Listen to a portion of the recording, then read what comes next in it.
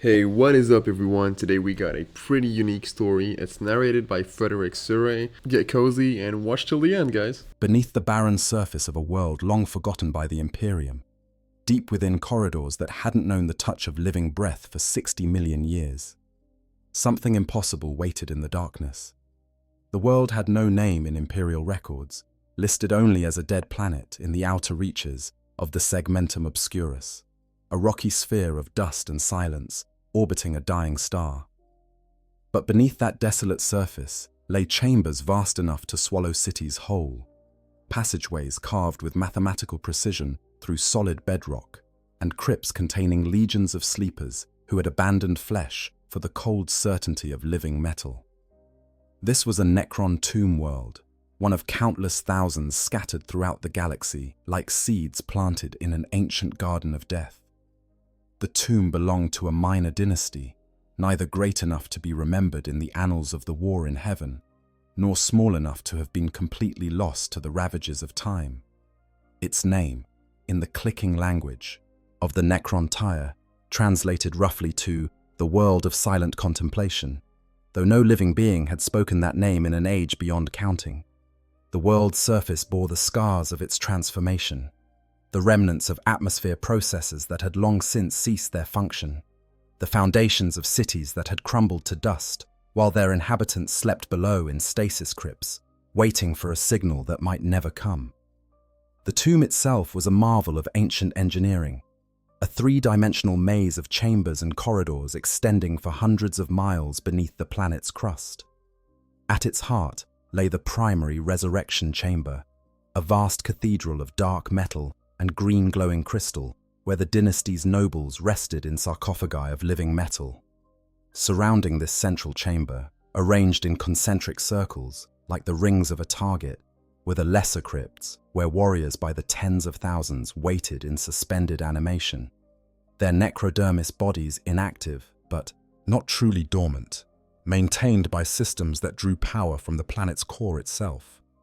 Between these chambers ran corridors wide enough for entire armies to march through, their walls inscribed with glyphs that told the story of the dynasty's conquests, defeats, and ultimate transformation. But this tomb held a secret that its architects had never intended, an anomaly that had gone unnoticed for thousands of years, hidden in a section of the complex that even the tireless canoptech constructs rarely visited. In a forgotten maintenance shaft, wedged between two massive power conduits that hummed with barely restrained energy, stood a figure that should not exist in this place. It was a monument to a different kind of technology, a fusion of flesh and machine that bore no resemblance to the purely mechanical forms of the Necrons. Golden armor, tarnished by uncounted years but still magnificent, enclosed a shell of adamantium and ceramite. Within that shell, sustained by systems that had run for so long they should have failed millennia ago, a consciousness waited in the void between waking and true death. This was a Custodian Dreadnought, one of the Emperor's most sacred warriors, interred within a walking tomb when his mortal form had been too damaged to continue service in any other way. How such a thing came to rest in a Necron tomb world, buried beneath layers of alien rock and surrounded by Xenos machinery, was a mystery that would have profound implications for both the Imperium and the ancient dynasty that slumbered around it. The story of how this impossible situation came to be, and what happened when the tomb's guardians finally discovered their uninvited guest, is one that speaks to the nature of war, duty, and the terrible price both species had paid for their versions of immortality. The architecture of eternity, understanding Necron tomb worlds. To understand what happened when the Necrons discovered the Custodian in their midst, we must first comprehend the nature of the tomb worlds themselves. These are not simple bunkers or shelters, but rather masterworks of technology that dwarf the greatest achievements of the Imperium. Each tomb world is, in essence, a planet-sized stasis chamber designed to preserve millions or even billions of Necrons through the ages until the time came for their awakening. The engineering required to accomplish this feat is staggering, requiring the manipulation of time itself at the quantum level, the creation of pocket dimensions to house backup systems, and power generation on a scale that would make even the most ambitious Mechanicus tech priest weep with envy. The typical tomb world begins its existence as a Necron colony, a world terraformed and settled by that ancient race before their transformation. When the Catan offered the Necrontyr the gift of immortality through biotransference, these worlds became the staging grounds for one of the most massive construction projects the galaxy has ever seen. Entire civilizations were dismantled, their cities torn down, and their populations transferred into bodies of living metal. The infrastructure of life, no longer needed by a species that did not eat, breathe, or reproduce, was repurposed into the machinery of eternal preservation. Atmosphere processors became power generators, residential districts were excavated to create vast burial chambers, and the very bedrock of the world was hollowed out to accommodate the systems necessary for the Great Sleep. At the heart of every tomb world lies what the Necrons call the Deep Spirit, a master control program of such sophistication that it borders on true artificial intelligence. This system coordinates every aspect of the tomb's operation, from monitoring the status of individual warriors in their stasis crypts to managing the complex interplay of power distribution, environmental controls, and defense systems. The Deep Spirit is responsible for determining when and how the tomb awakens, analyzing external conditions, and making decisions that would normally require the judgment of a living overlord. In many ways, it serves as the mind of the tomb itself, a consciousness spread across millions of sensors and processors, aware of everything that occurs within its domain. But the Deep Spirit does not work alone in its eternal vigil. Scattered throughout every tomb world are the Canoptech constructs, a hierarchy of machine servants that fulfill various roles in maintaining the tomb's systems.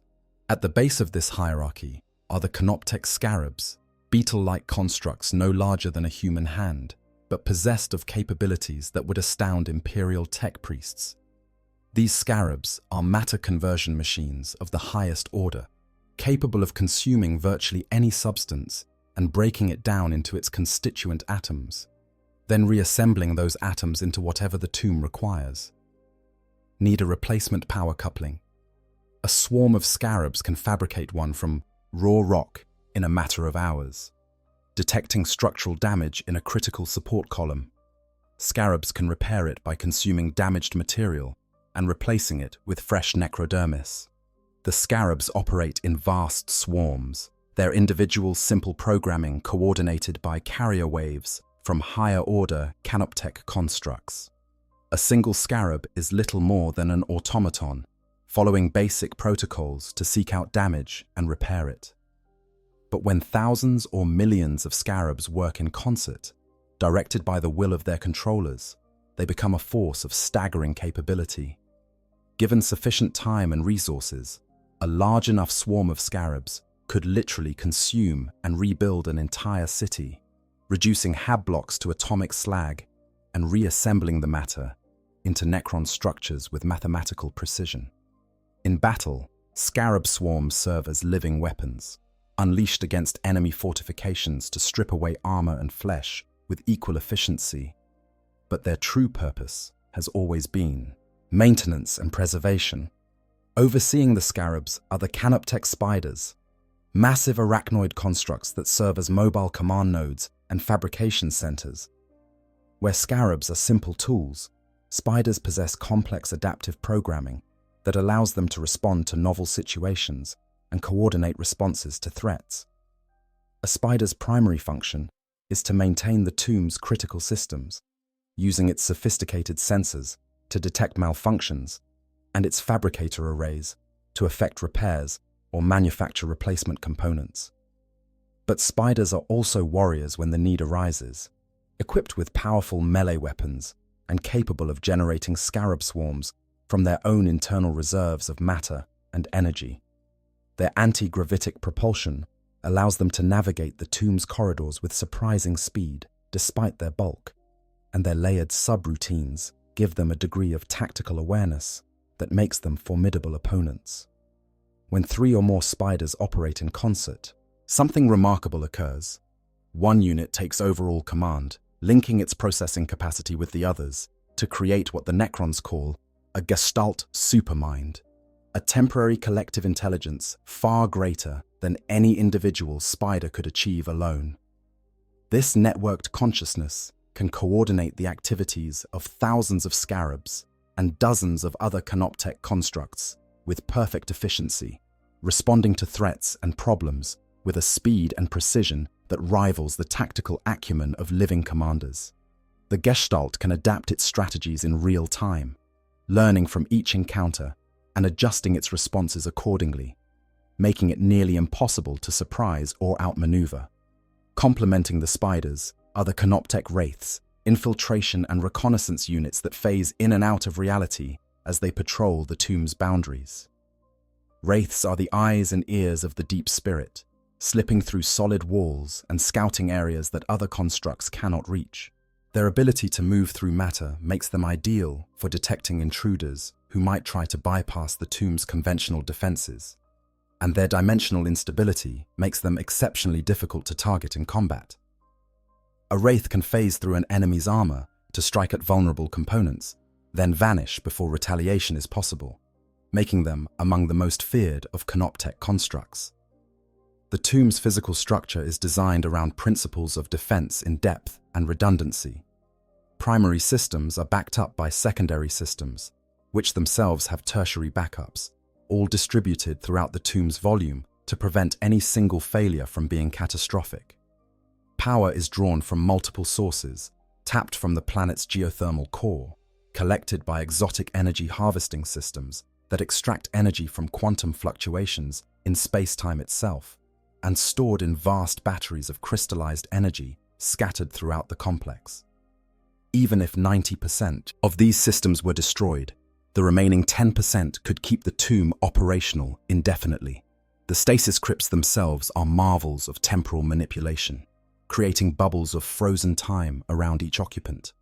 Within these fields, time does not simply slow down, but effectively ceases to exist, allowing the Necrons to wait out eons without their consciousness experiencing the passage of years. The crypts are arranged in hierarchical tiers, with the most important nobles receiving the most sophisticated and well-protected stasis chambers, while the vast armies of warriors rest in standardized alcoves that stretch for miles in every direction. Each crypt is monitored constantly by the Deep Spirit, which tracks the status of every single occupant and can detect even the slightest malfunction in the stasis field or degradation in the necrodermis body. Environmental systems maintain the tomb at optimal conditions for Necron technology, which means a nearly perfect vacuum in her most chambers, with temperature held at exactly 1 degree above absolute zero. These conditions prevent oxidation, eliminate the possibility of corrosion, and reduce thermal stress on critical components to negligible levels. The few areas where atmosphere is maintained, usually command centers or laboratories where certain experiments require it, are precisely controlled to maintain exact pressure and composition. This hostile environment is another layer of defense, as any organic intruders would find themselves facing instant death from exposure, even before the tomb's active defenses engaged. The tomb's outer layers are protected by exotic defensive systems that would baffle Imperial strategists.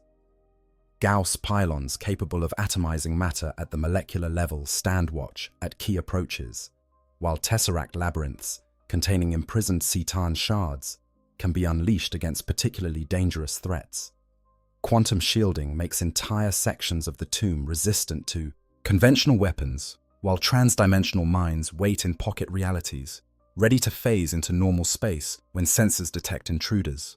Some tombs even possess weaponized chronology systems, capable of accelerating or reversing time in localized areas, aging invaders to dust in seconds or trapping them in temporal loops from which there is no escape. Yet for all their sophistication, tomb worlds are not perfect. 60 million years is a span of time so vast that even the most advanced technology cannot survive it entirely unscathed. Random quantum fluctuations degrade circuits despite all shielding. Cosmic rays penetrate deep into the planet's crust, causing cumulative damage to delicate systems. Tectonic shifts, even on supposedly stable worlds, can crush chambers or sever critical connections. The enslavers that forced the Necrons into their long sleep have long since departed, but other threats emerge during the eons of slumber. Tyrannid hive fleets, Eldar raids, opportunistic orc invasions, and simple geological processes have all taken their toll on various tomb worlds. The Deep Spirit and its Canoptech servants work tirelessly to counter this entropy, but they are fighting a losing battle against the fundamental laws of thermodynamics. For every system they repair, 2 more degrade beyond the point of easy restoration. For every warrior they successfully maintain, a dozen others suffer cascade failures in their stasis crypts, their bodies irreparably damaged or their engrams corrupted beyond recovery. The scarabs work without rest, consuming damaged components and fabricating replacements. But the tomb still slowly deteriorates, like a magnificent castle gradually sinking into the sea, despite the best efforts of its caretakers.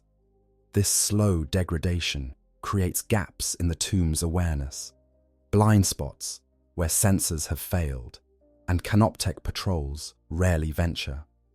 These forgotten corners, maintenance shafts, and service corridors that have fallen into disrepair represent fractures in the otherwise comprehensive surveillance network. It is in one such forgotten space that our story takes place, in a section of the tomb that the Deep Spirit has not actively monitored for thousands of years, where a Canoptech spider patrols only once every few centuries, and where something impossible has been waiting in the darkness. The Emperor's Sentinels, Custodian Dreadnoughts. If Necron tomb worlds represent the pinnacle of Xenos technology devoted to preservation through stasis, then Custodian Dreadnoughts represent something arguably even more remarkable: the Imperium's attempt to preserve its greatest warriors through a fusion of technology and sheer indomitable will. To understand what the Necrons discovered in their tomb, we must understand what a Custodian Dreadnought truly is, not merely as a weapon system, but as a tragic monument to duty that knows no end. The Adeptus Custodes have always stood apart from even the most elite forces of the Imperium. While Space Marines are mass-produced warriors, created by the tens of thousands through standardized processes, each Custodian is a unique work of art, the product of genecraft so sophisticated that no 2 warriors are enhanced in exactly the same way. Where a Space Marine receives 19 gene seed organs derived from their Primarch's genetic template, a Custodian undergoes transformations so comprehensive that virtually nothing of their original biology remains unchanged. The Emperor himself oversaw the development of the processes that create Custodians, drawing on knowledge and techniques that died with him on the Golden Throne. The result is a warrior who transcends even the legendary capabilities of the Adeptus Astartes. A Custodian stands taller, moves faster, thinks more clearly, and fights with a skill that makes veteran Space Marines look like raw recruits. Their reflexes operate at speeds that allow them to track individual rounds from bolt guns and deflect them with their Guardian spears. Their minds process tactical information with the clarity of servitor logic engines, while retaining the creativity and adaptability of human consciousness. Their strength is such that they can wield weapons one-handed that would require a Space Marine to use both hands, and they do so with a grace that makes their combat style resemble an intricate dance more than mere fighting. But even these paragons of human enhancement are not invulnerable. The galaxy is vast, and the threats that lurk within it are manifold and terrible. Custodians fall in battle, struck down by overwhelming numbers, caught by some lucky blow that finds the microscopic gap between armor plates, or simply worn down by combat so intense that even their phenomenal endurance cannot sustain them. For most warriors, such defeats would mark the end of their service. Death would claim them, and their gene seed would be harvested to create the next generation of defenders. But for Custodians, who represent an investment of resources and craftsmanship that cannot be replicated. There exists an option that is both salvation and curse: internment within a dreadnought. The decision to enter a custodian within a dreadnought is never made lightly.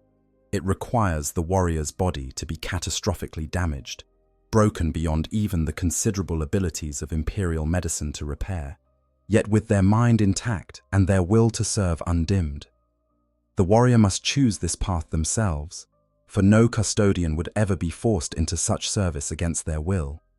They must look upon the shell of living metal and advanced machinery that will become their new body and willingly accept a fate that amounts to being buried alive, their consciousness preserved within a walking tomb, their every sensation filtered through mechanical sensors, their every action mediated by servo motors and combat protocols.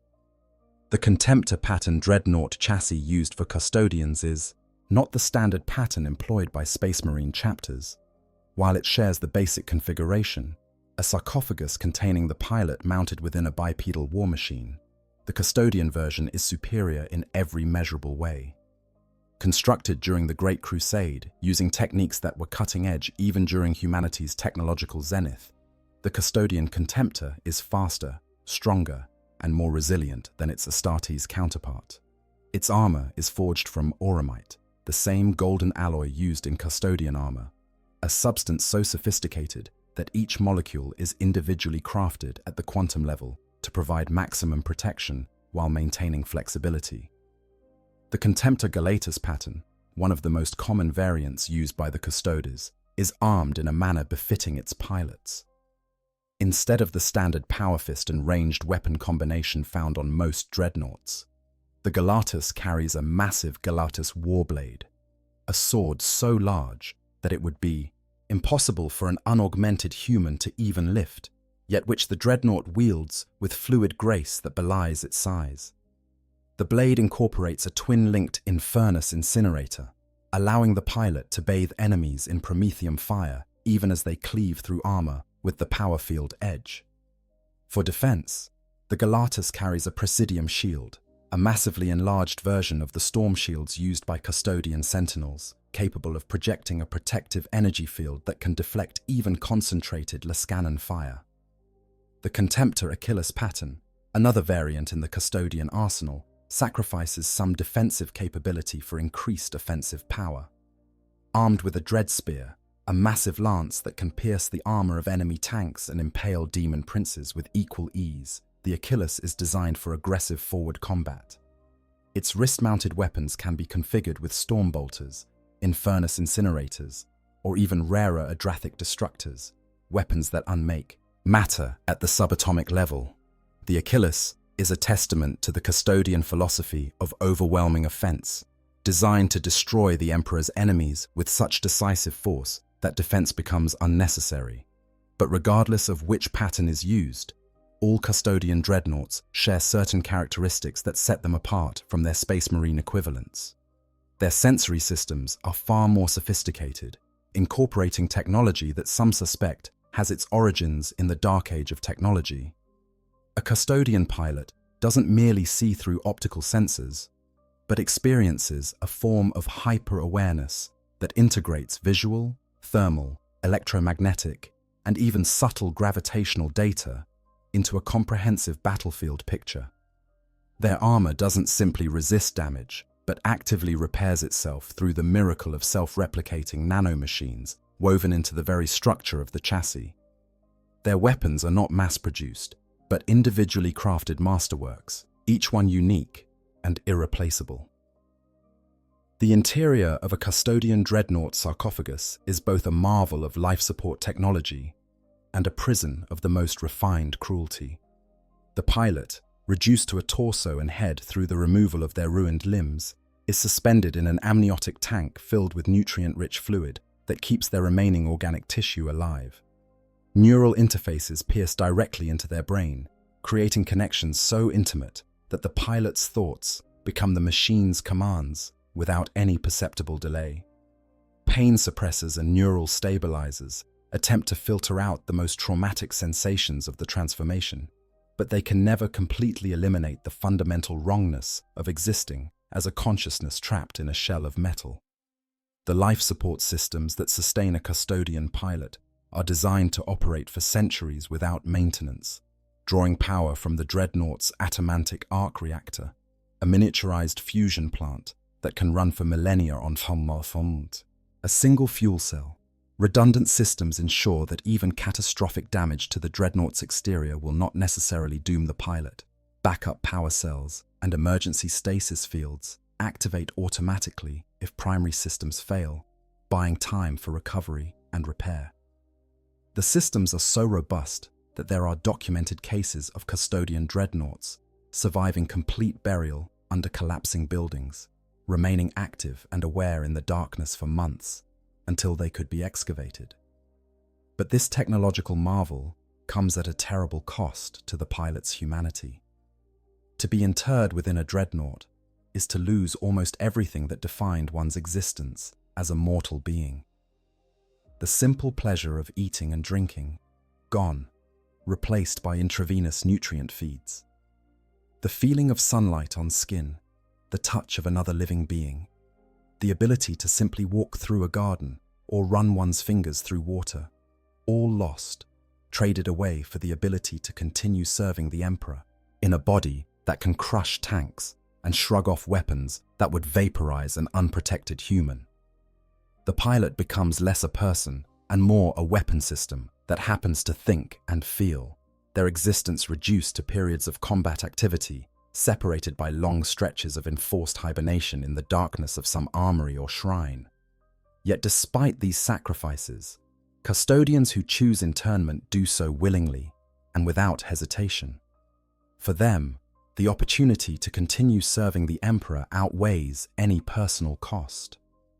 They are driven by a sense of duty so profound that it transcends the merely human, a dedication that makes the sacrifice of their remaining humanity seem not just acceptable but necessary. In this way, they are perhaps more similar to the Necrons than either species would care to admit. Both are beings who have traded flesh and mortality for the ability to serve in war eternal. Both have paid prices that cannot be calculated in mere material terms, and both carry within them the accumulated weight of millennia of service and sacrifice. The Custodian Dreadnoughts saw extensive service during the Great Crusade and the Horus Heresy, deployed in battles where their unique capabilities made them invaluable. They fought in the war within the Webway, battling demonic hordes in the labyrinthine passages beneath the Imperial Palace. They stood on the walls during the Siege of Terror, their massive forms anchoring defensive lines that might otherwise have broken under the traitor onslaught. They accompanied expeditionary fleets to the furthest reaches of the galaxy, serving as both warriors and emissaries, their presence a reminder of the Emperor's watchful eye, even at the galaxy's edge. It is in this context that we must understand how one such ancient warrior came to rest in a Necron tomb world. The mechanisms of his arrival there are shrouded in mystery, perhaps a result of warp travel gone catastrophically wrong, a ship caught in temporal eddies that spat it out millennia earlier than intended, perhaps a desperate last stand, the Custodian Dreadnought holding position over some critical objective while his battle brothers withdrew, only to fall into a crevasse or become buried by an avalanche that sealed him away from the world above. Perhaps simple malfunction, stasis systems engaging during a routine operation and failing to disengage, leaving the pilot trapped in dreamless sleep while the galaxy turned around him. Whatever the cause, the result was the same: a Custodian Dreadnought, one of the Imperium's most precious and sacred war machines, resting in the darkness of a Xenos tomb world. His power systems, designed to operate for centuries, slowly wound down to the bare minimum necessary to maintain the pilot's life, entering a hibernation state so deep that it was almost indistinguishable from true death. His weapons systems went dormant, his sensors reduced to the barest minimum of activity, but the core of his being, the consciousness of the ancient warrior within, remained intact, waiting in a void beyond dreams for something to trigger his reactivation. And in that forgotten corner of the tomb, surrounded by Xeno's machinery that had been humming away for 60 million years, he waited. Year after year, century after century, millennium after millennium, the Golden Warrior slumbered while empires rose and fell, while the Imperium struggled through its long decline from the heights of the Great Crusade, while the Necrons began their slow awakening to a galaxy they no longer recognized. The Dreadnought became a fixture of that forgotten maintenance shaft, just another piece of metal in the darkness, overlooked by the Canoptech constructs that occasionally passed through on their eternal rounds of maintenance and repair. Until something changed. The Great Sleep and the Patient Guardians. To understand what happened next, we must appreciate the nature of the Canoptech construct's vigil. Unlike their Necron, masters who sleep in timeless stasis, barely aware of the eons passing around them, the Canoptech constructs remained awake and active throughout the entirety of the Great Sleep. For 60 million years, these machine servants carried out their programmed functions with mechanical precision, a span of time so vast that it defies human comprehension. Imagine what 60 million years means in practical terms. When the Necrons first entered their crypts and began their long slumber, Earth was home to primitive mammals still recovering from the extinction event that killed the dinosaurs. The continents were in completely different positions. Stars had been born, lived their entire life cycles, and died in spectacular supernovae. The galaxy itself had rotated multiple times. Civilizations had risen from barbarism to technological heights that rivaled the Necrontyre themselves, then collapsed back into darkness, sometimes multiple times on the same worlds. You know, I've been covering Warhammer 40k lore for a while now, and this scenario really highlights something I find fascinating about this universe. We have the Necrons, who gave up their very souls for immortality and spent 60 million years in darkness, and the Custodians who voluntarily entombed themselves in walking sarcophagi to keep serving the Emperor. Both made the choice, really, trading their humanity for the ability to keep fighting. It's tragic when you think about it. The Custodian pilot is trapped in a shell of metal, experiencing the world through sensors instead of senses, and able to feel the simple touch of another person. And the Necrons, they can't even remember what it felt like to have flesh, to taste food, to feel anything beyond cold calculation. Two different species separated by millions of years, and yet they both ended up as consciousness imprisoned in metal bodies, all in the name of duty. That's what makes this hypothetical encounter so compelling. When these two meet, they're not just ancient enemies facing off, they're mirrors of each other, reflections of the same terrible sacrifice made for different masters. But anyway, let's get back to the story. The Old Ones, the ancient enemies, who had driven the Necrons to their desperate transformation, had long since vanished from the galaxy, their fate unknown even to the Eldar who claimed to be their inheritors. Through all of this, the Canoptech constructs worked. Scarabs crawled through corridors that had known no footsteps for longer than human civilization has existed, detecting microscopic fractures in the tomb's structure and repairing them atom by atom. Spiders patrolled chambers where millions of warriors slept, their sensors constantly monitoring the stasis fields for any sign of degradation. Wraiths phased through walls, checking seals and barriers that had not been disturbed since before the first fish crawled onto land. This endless labor was not a burden to them, for they lacked the consciousness necessary to experience boredom or weariness, but it was nonetheless a service of staggering dedication. The Canoptech constructs were not static in their approach to maintenance. Their programming included sophisticated learning algorithms that allowed them to adapt to changing conditions and optimize their procedures over time. When a spider encountered a type of degradation it had never seen before, it would develop a new repair protocol and share that information with the other spiders through the tomb's communication network. When scarabs discovered that a particular type of rock formation was more prone to stress fractures, they would prioritize those areas in their patrol routes. Over millions of years, this accumulated experience made the Canoptech constructs exceptionally efficient at maintaining the tomb, their procedures refined to a level of perfection that no organically commanded workforce could ever achieve. But this same efficiency created blind spots in their awareness. When a system had operated flawlessly for 10,000 years, the Canoptech constructs reduced the frequency of inspections for that system, redirecting their resources to areas that required more attention. When a chamber had been sealed for 1,000,000 years with no sign of breach, it fell lower and lower on the priority list for active patrolling. This made perfect sense from a resource allocation perspective, after all. Even the Canoptech constructs had finite capabilities and could not be everywhere at once.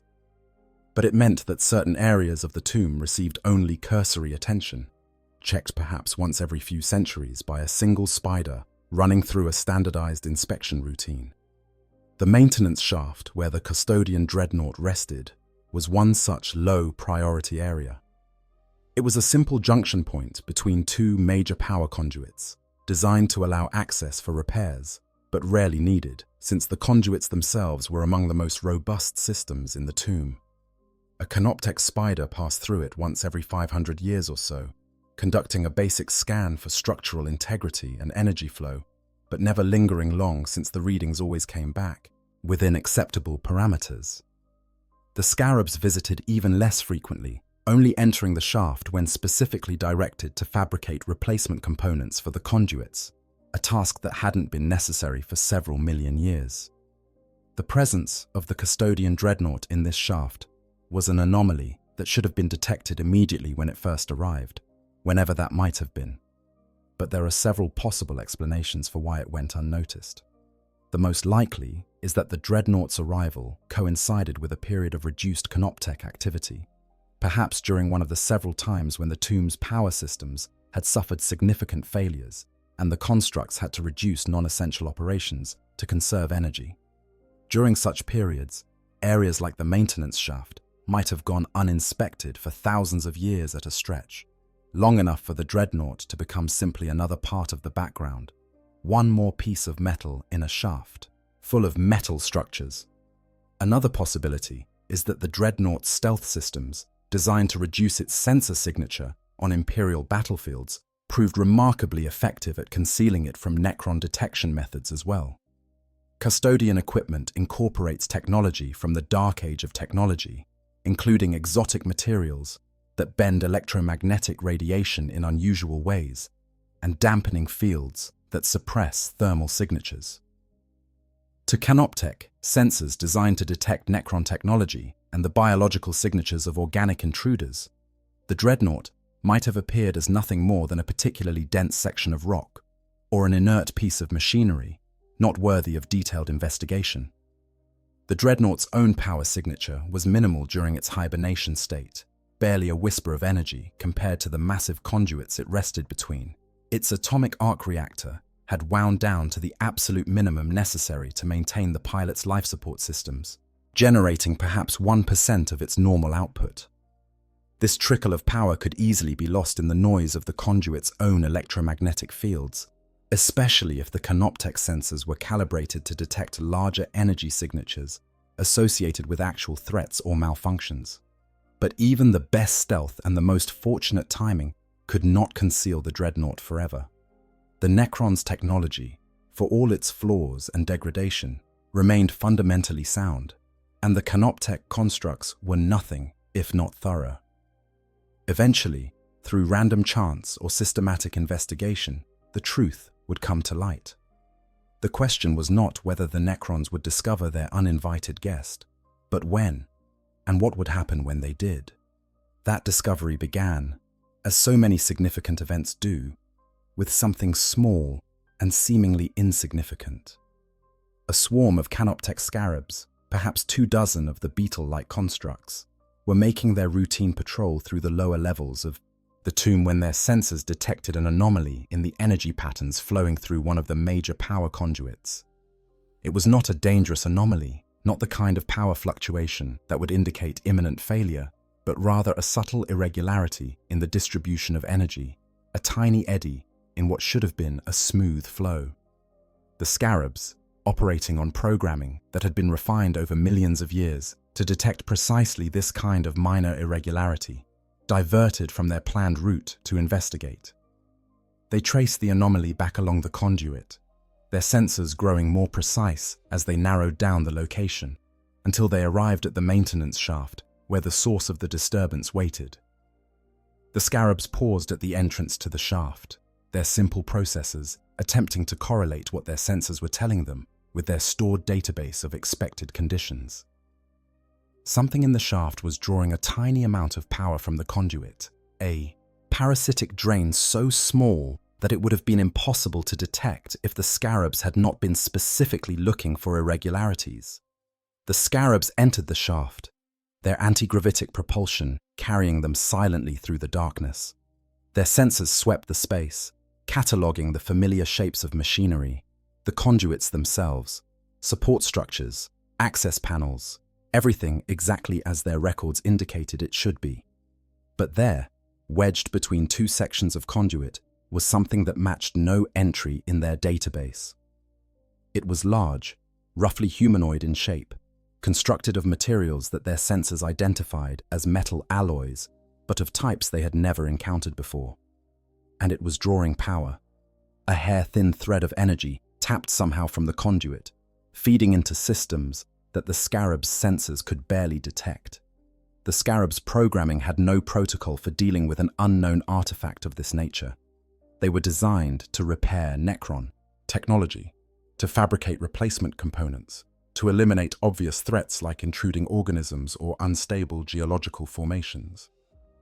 But this thing was neither Necron technology nor an obvious threat, and its purpose was completely opaque to their simple processors. After several minutes of fruitless scanning and analysis, the scarabs made a decision that was, in its own way, the start of something momentous. They transmitted a signal through the tomb's communication network, a simple notification that they had encountered something requiring investigation by a higher-order construct. The signal rippled through the quantum-entangled communication nodes that linked the tomb's systems, arriving at the processors of the nearest canoptek spider within microseconds. The spider, which had been engaged in routine maintenance of a stasis crypt cluster several miles away, immediately shifted its priorities. Unknown anomalies always took precedence over routine maintenance, for the history of the tomb was littered with examples of small irregularities that, if left uninvestigated, escalated into catastrophic failures. The spider's massive form, easily as large as an Imperial Chimera transport, rotated smoothly on its anti-gravitic suspension and began moving through the tomb's corridors toward the maintenance shaft at a speed that would have seemed impossible for something so massive. The discovery, when two forgotten warriors meet the canoptek.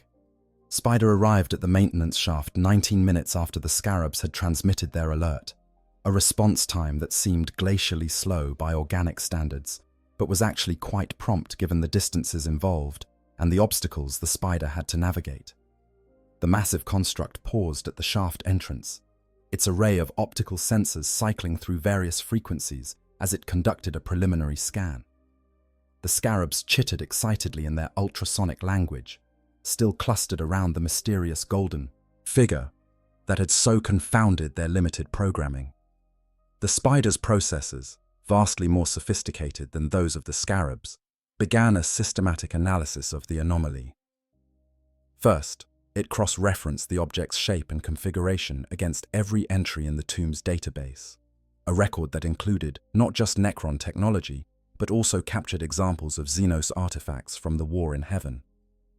The search returned no matches, though there were some superficial similarities to certain Old Ones constructs, bipedal war machines that those ancient enemies had deployed in the final, desperate phases of that long-ago conflict. But the similarities were purely superficial. The materials were completely different. The power systems operated on entirely unfamiliar principles, and the overall design philosophy bore no resemblance to anything in the spider's extensive records. Next, the spider conducted a detailed material analysis, directing focused scanning beams at the artifact from multiple angles. The armor plating registered as gold, but not simple gold, rather a complex alloy incorporating elements that the spider's database flagged as uncommon or entirely unknown. The deeper layers beneath the golden armor showed as dense ceramics and heavy metals, configured in ways that suggested exceptional resistance to both kinetic and energy weapons. The internal structure was partially obscured by some kind of field effect that the Spider identified as similar to, but distinct from Necron phase technology, a localized distortion of space-time that made precise scanning difficult. But what truly caught the Spider's attention was the power signature. Now that it was actively looking for it, the Spider could clearly detect the tiny thread of energy being drawn from the conduit. More intriguingly, it could trace where that power was going, into a central chamber within the artifact that contained something organic. The Spider's sensors recoiled from the readings, its programming, struggling to reconcile what it was detecting. There was living tissue inside this war machine, actual flesh and blood, maintained in some kind of stasis or suspension that prevented it from decaying but kept it technically alive. This was fundamentally alien to Necron understanding. They had abandoned flesh so long ago that the very concept of fusing biological matter with machinery seemed perverse and inefficient. The Spider's processes ran through possible explanations. Was this some kind of weapon system that required organic components? An experimental technology that the tomb's previous occupants had been developing before the Great Sleep? Some sort of trophy or captured enemy commander, preserved as a curiosity? None of these explanations felt satisfactory, but the Spider lacked the contextual knowledge to arrive at the truth. What the Spider could determine with certainty was that this artifact represented technology of considerable sophistication. The power draw, while tiny, was being used with remarkable efficiency. The life support systems maintaining the organic component showed a level of redundancy and reliability that the Spider's analytical subroutines flagged as impressive by any standard. The armor and weapons systems, though currently dormant, bore the hallmarks of master craftsmanship, each component precisely fitted and balanced. This was not some crude construction thrown together by primitives, but rather the work of artisans who understood their craft at the deepest levels. The Spider extended one of its fabricator claws, moving with surprising delicacy for such a massive construct, and made physical contact with the Dreadnought's armor. Haptic sensors in the claw registered texture and temperature, feeding more data into the Spider's growing analysis. The gold alloy was cool to the touch, exactly at ambient temperature, despite the heat radiating from the nearby power conduits, suggesting active thermal management systems. The surface showed signs of age, microscopic pitting and wear that spoke of years of service in hostile environments, but no active corrosion or degradation. Whatever this artifact was, it had been built to last. As the Spider continued its investigation, the Scarabs returned to their interrupted maintenance tasks, their simple processes satisfied that they had appropriately escalated the matter to a higher authority. The Spider remained in the shaft, running scan after scan, its processors working through the problem from every angle. After approximately 40 minutes of continuous analysis, it reached a preliminary conclusion. This artifact was almost certainly not Necron in origin. It incorporated technology that, while different from Necron methods, demonstrated comparable sophistication in certain areas. It appeared to be dormant, but not deactivated, more like hibernating, waiting for something to trigger its reactivation. This conclusion raised a series of new questions that the Spider's programming was ill-equipped to answer. Should the artifact be destroyed as a potential threat? Should it be left alone, since it appeared inactive and was causing no harm to the tomb's systems? Should it be extracted and brought to a secure location for more detailed study? The Spider's decision-making protocols, sophisticated though they were, lacked the nuance necessary to make this kind of judgment call. After running through various risk assessment algorithms and finding no clear directive, the Spider did the only thing it could do. It escalated the matter once again. But here, the situation became more complex. The next level of authority in the tomb's hierarchy was the Deep Spirit, the master control program that coordinated all canoptech activities. However, The Deep Spirit had been running in minimal power mode for millions of years, allocating just enough processing capacity to maintain basic oversight of the tomb while conserving energy for the eventual awakening. 2.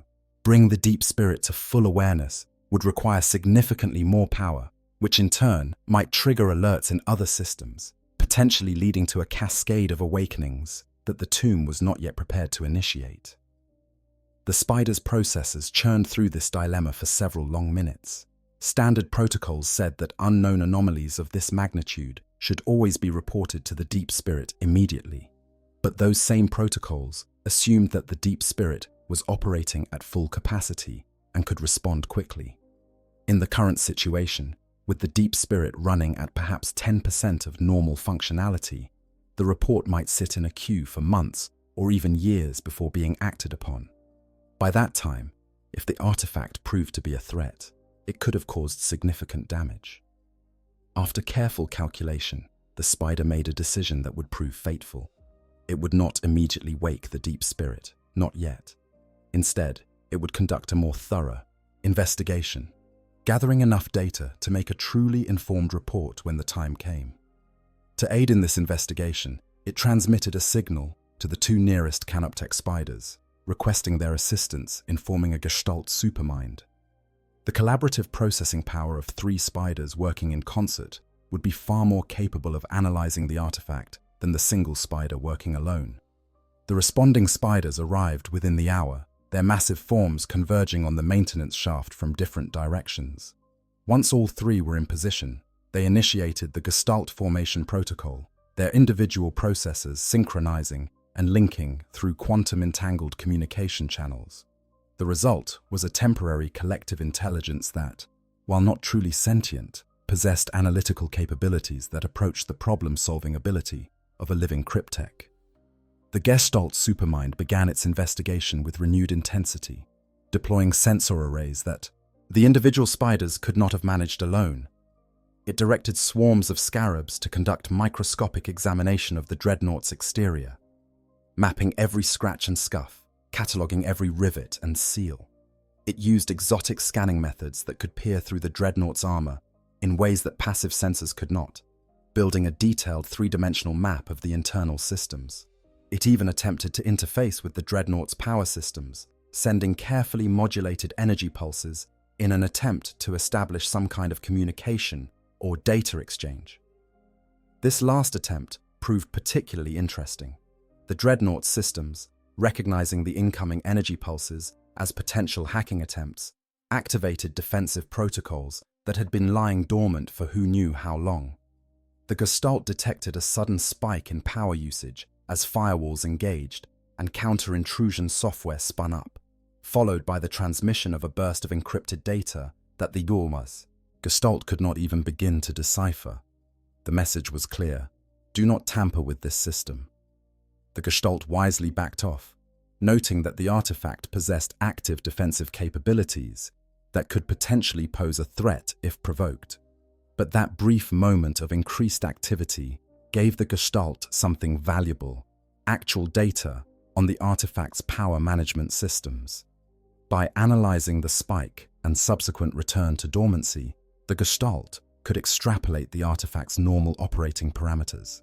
It determined that the current hibernation state was using less than 1% of the artifact's total power capacity, that the life support systems could theoretically maintain their organic component indefinitely given sufficient power, and that the artifact possessed power reserves that could sustain several hours of full combat operations without external recharging. More remarkably, the Gestalt's analysis suggested that the artifact's power source was not chemical or conventional nuclear fusion, but rather some form of exotic matter, antimatter reaction contained and controlled, with a sophistication that even Necron technology might struggle to match. The shielding around the reactor was so effective that the Gestalt could barely detect any radiation leakage at all, despite the theoretical power output being in the gigawatt range when fully active. This was technology worthy of respect, and possibly of concern. The Gestalt spent 3 full days conducting its investigation, leaving no sensor undeployed, no analysis incomplete. It created a comprehensive dossier on the artifact, documenting everything from its approximate age, based on wear patterns, to theoretical tactical capabilities, based on weapons configuration. When it finally compiled its final report, the document ran to millions of data points, a masterwork of analysis that would have taken a team of Imperial tech priests decades to produce. The Gestalt's conclusion was nuanced and carefully worded, reflecting the complexity of the situation. The artifact was definitely not Necron in origin. It appeared to be a war machine of some kind, designed around the principle of fusing biological and mechanical components. Its technology, while different from Necron methods, demonstrated comparable sophistication in certain critical areas. It was currently inactive, but could theoretically reactivate at any time, either through internal timers or external stimuli. Its presence in the tomb represented an unknown but potentially significant security concern. It should be brought to the attention of the Deep Spirit as soon as practical. With the investigation complete, the Spider Gestalt dissolved, each construct returning to independent operation and resuming its normal maintenance duties. But one spider remained at the maintenance shaft, standing eternal watch over the mysterious Golden Warrior. It did not make physical contact with the Dreadnought again, having learned from its first attempt that such actions could trigger defensive responses. Instead, it positioned itself at the shaft entrance, its sensors maintaining constant surveillance, ready to detect any change in the artifact's status. And so a new pattern established itself in that forgotten corner of the tomb. The spider stood guard, the scarabs made their regular patrols, and the Custodian Dreadnought continued its dreamless sleep, all existing in a strange equilibrium. Days turned to weeks, weeks to months, and still the situation remained unchanged. The spider's regular reports to the Deep Spirit noted no alterations in the artifact's status, nothing to suggest that immediate intervention was required. But beneath the surface, things were changing. The Dreadnought's sensors, operating at minimal capacity, had detected the Canoptech investigation. Its machine spirit, that semi-aware intelligence that emerged from the complexity of the Dreadnought's systems, had flagged the contact as potentially significant. Deep in the dormant systems, barely conscious processes were beginning to stir, like a sleeper becoming aware of sounds in the darkness without yet fully waking. The Dreadnought's internal chronometers, which had been tracking time with meticulous precision even during hibernation, noted the increased activity. Its threat assessment subroutines began running probability calculations, attempting to determine whether the detected contacts represented danger to the pilot. And within the sarcophagus, suspended in amniotic fluid that had kept him alive for longer than should have been possible, the consciousness of the entombed Custodian began its slow drift toward wakefulness.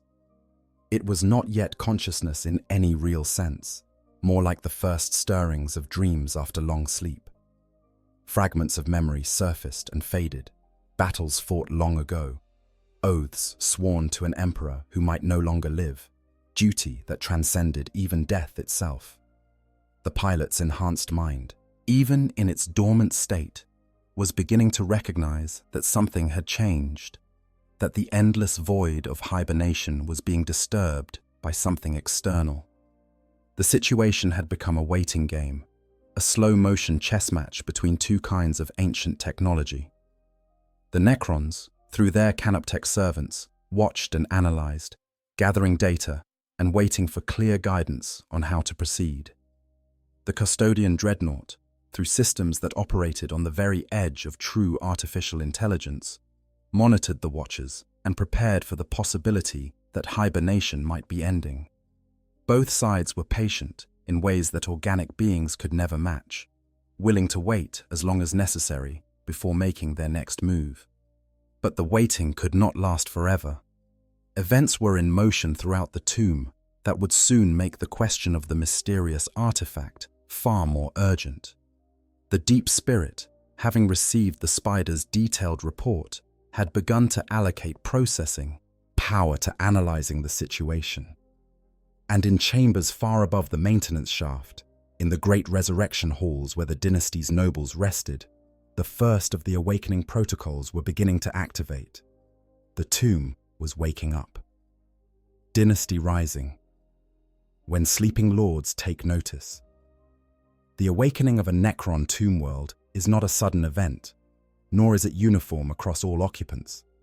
Instead, it follows carefully programmed protocols that bring the tomb's systems online in stages, each phase building upon the last in a carefully orchestrated sequence designed to minimize the shock of transition from timeless stasis to active consciousness. The process can take anywhere from days to decades, depending on the size of the tomb, the condition of its systems, and the urgency of the situation that triggered the awakening. For this particular tomb, the awakening had been triggered by external factors that the deep spirit had determined warranted rousing its masters from their long slumber. A human colony ship, lost in the warp for centuries, had emerged in the system and begun preliminary surveying of the world's surface. While the humans had not yet detected the tomb's presence, their scanning equipment was sophisticated enough that discovery seemed inevitable. The deep spirit had calculated that the risk of exposure outweighed the benefits of continued dormancy, and so had initiated the first phase of awakening protocols. The process began in the tomb's power management systems, deep underground, where geothermal taps drew energy from the planet's molten core. Long-dormant reactors came back online, their exotic matter-antimatter cores spinning up to full capacity for the first time in millions of years.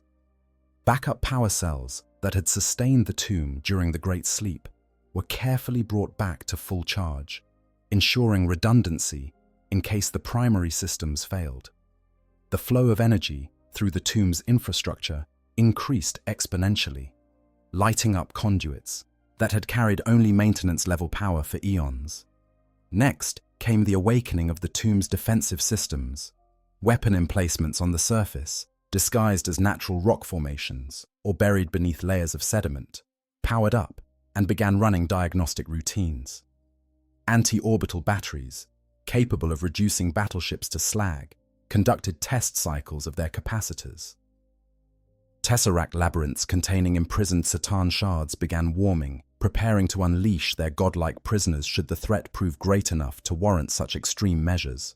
The tomb was transforming from a dormant archive into an active fortress, bristling with weapons that could scour all life from the planet if necessary.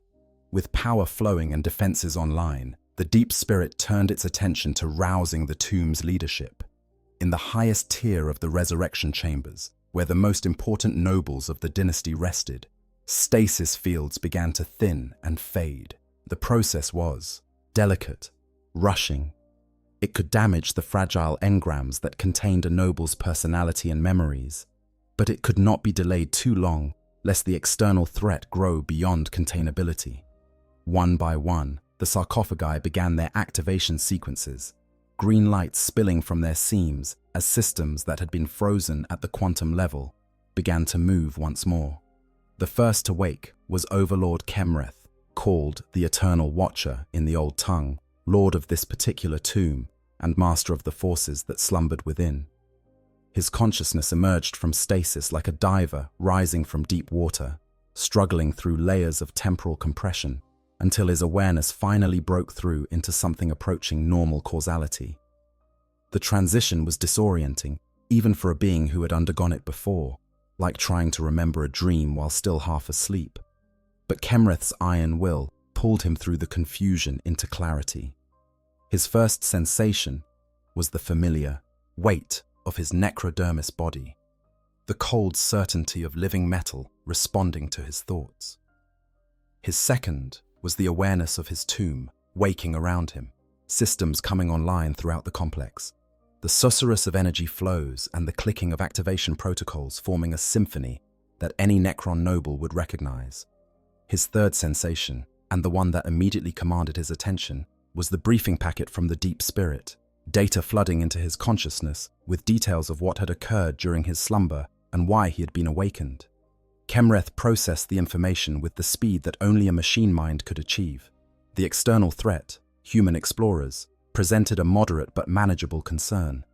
The condition of the tomb, acceptable overall, but with several systems showing degradation that would require attention. The status of his forces, most still in stasis but capable of being roused quickly if needed. But there, near the bottom of the priority list, was a notation that caught his attention like a discordant note in an otherwise harmonious composition. Unknown artifact detected in maintenance shaft 7 Theta. Detailed analysis available. Recommendation pending. Curiosity, one of the few emotions that had survived his transformation into a Necron, prompted Kemreth to pull up the detailed analysis. He spent the next several minutes reviewing the Spider Gestalt's exhaustive report, his optical sensors flickering through various wavelengths as he absorbed the data. The more he read, the more intrigued he became. This was no crude Xenos artifact, but rather something that demonstrated technological sophistication worthy of respect. The fusion of organic and mechanical components was distasteful to his sensibilities, but the execution showed undeniable skill. Kemreth called for his court, issuing commands through the tomb's communication network that roused other high-ranking Necrons from their crypts. Within the hour, a gathering of nobles and specialists had assembled in the primary command chamber, their necrodermis forms gleaming in the green light of the tomb's awakened systems. There was Cryptek Zahandrek, master of the tomb's technology and keeper of its most arcane secrets; Lord Vorkath, commander of the tomb's military forces and a veteran of the war in heaven; Executioner Thesh, chief of the tomb's security apparatus and investigator of anomalies. Together, they formed the core of Kemreth's advisory council, the minds that would guide the dynasty's return to relevance. Kemreth presented them with the mystery, sharing the full analysis of the artifact and soliciting their input on how to proceed. The discussion that followed would have been fascinating to any Imperial observer. Could such an impossible scenario occur? For it revealed much about Necron psychology and priorities. The nobles did not approach the problem with the superstitious dread or religious fervor that might have characterized an Imperial response, but rather with cool, analytical detachment tempered by strategic consideration.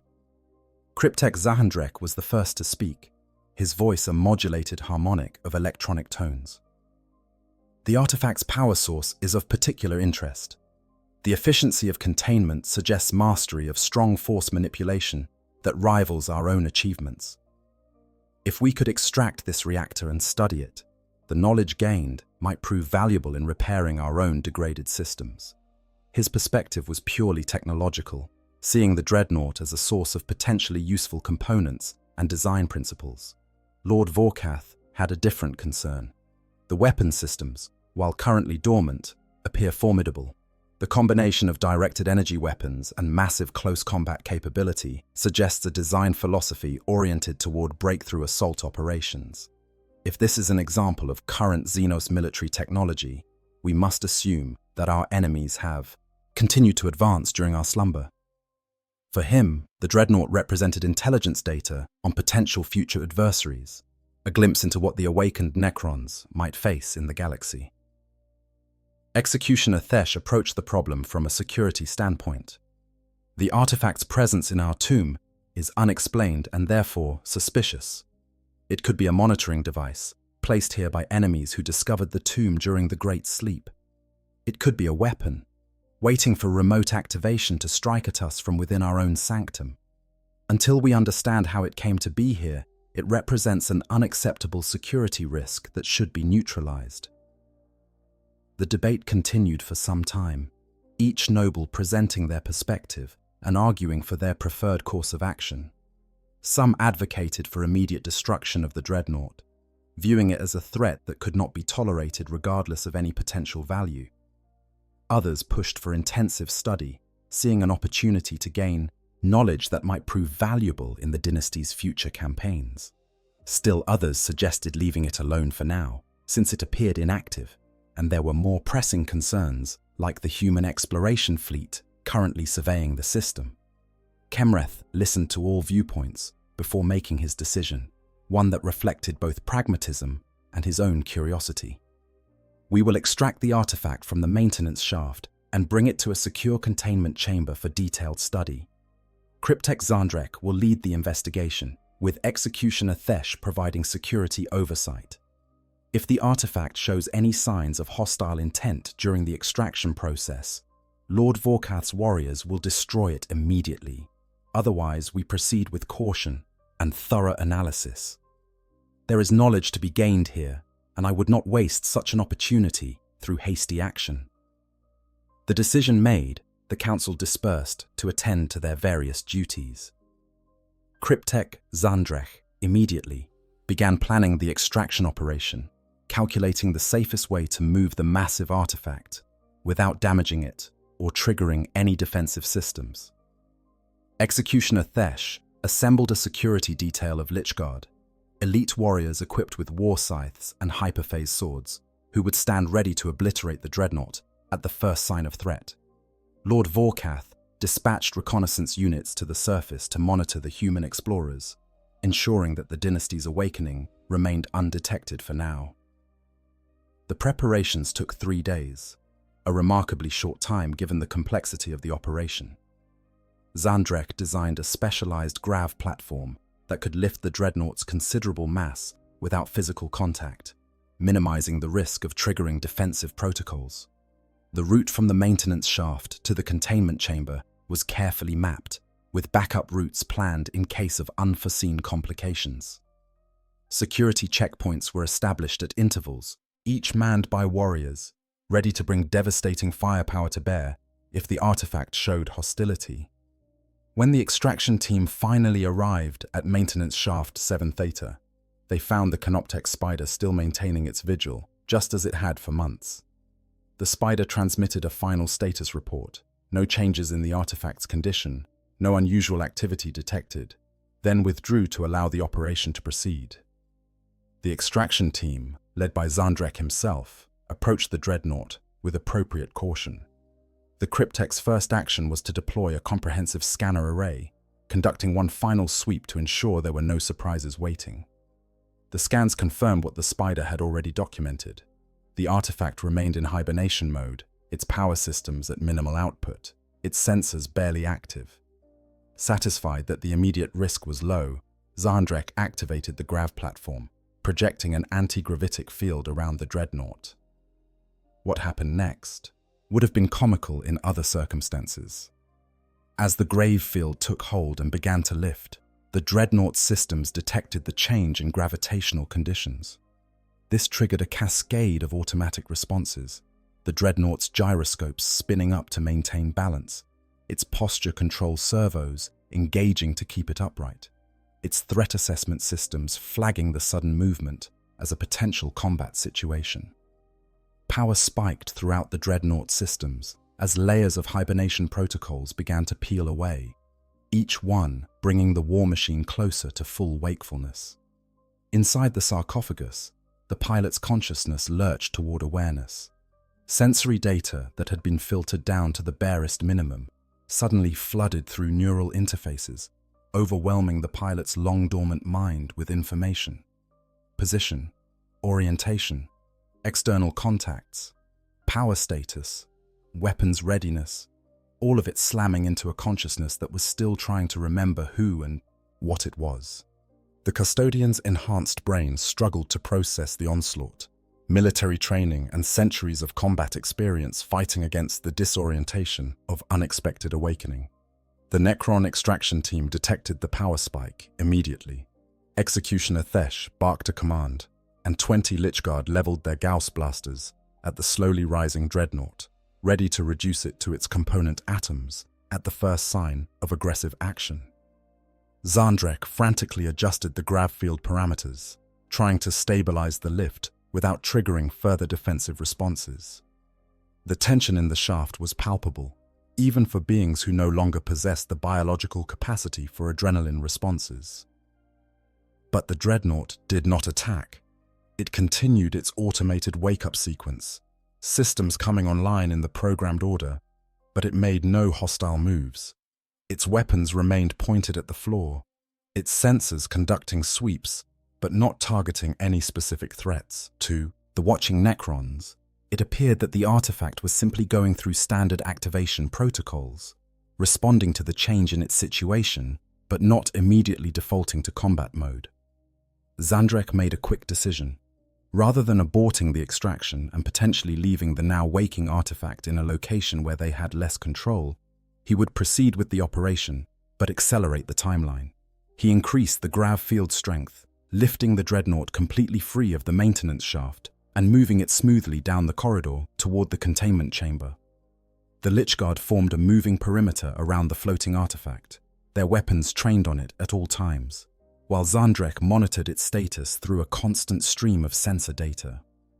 The journey to the containment chamber took 20 minutes, each one feeling like an eternity to the Necron extraction team. The Dreadnought continued to wake during the transit, more systems coming online, power output steadily increasing, sensors growing more active, but it still made no aggressive moves, content apparently to complete its activation sequence while being transported to an unknown destination by unknown entities. When they finally arrived at the containment chamber, Zandrek carefully lowered the Dreadnought to the floor and deactivated the grav field. The chamber was a reinforced vault designed to hold dangerous artifacts and captured enemies, its walls made of layered necrodermis that could withstand almost any assault from within. Weapon emplacements studded the ceiling, ready to fill the chamber with Gauss fire, particle beams, and transdimensional cutting rays. A stasis field generator stood ready to freeze time within the chamber if necessary. Though Zandrek hoped it wouldn't come to that, such fields made detailed study nearly impossible. The Dreadnought settled onto the floor with surprising grace, its posture control systems having fully activated during the journey. It stood at its full height now, a towering figure of gold and grey that dwarfed even the tall Necron forms surrounding it. Its optical sensors, glowing with a soft amber light, swept the chamber in what was clearly a tactical assessment. For the first time in possibly millennia, the ancient Custodian looked upon the world through mechanical eyes and prepared to face whatever came next. The Custodian awakens, consciousness in alien darkness. Within the sarcophagus, the Custodian's mind clawed its way toward full consciousness through layers of hibernation that had accumulated like sediment on the ocean floor. The process was neither smooth nor pleasant, each stage of awakening bringing new awareness and new confusion as his enhanced brain tried to reconcile what his senses were telling him with his last clear memories. Those memories were fragmentary and unclear, degraded by the passage of time and the trauma that had led to his internment. He remembered his name, Hastus, Valorian, shield captain of the Aquilan Shield, charged with the Emperor's missions beyond the walls of the Imperial Palace. He remembered the Horus Heresy, that galaxy-spanning civil war that had torn the Imperium apart and nearly destroyed everything the Emperor had built.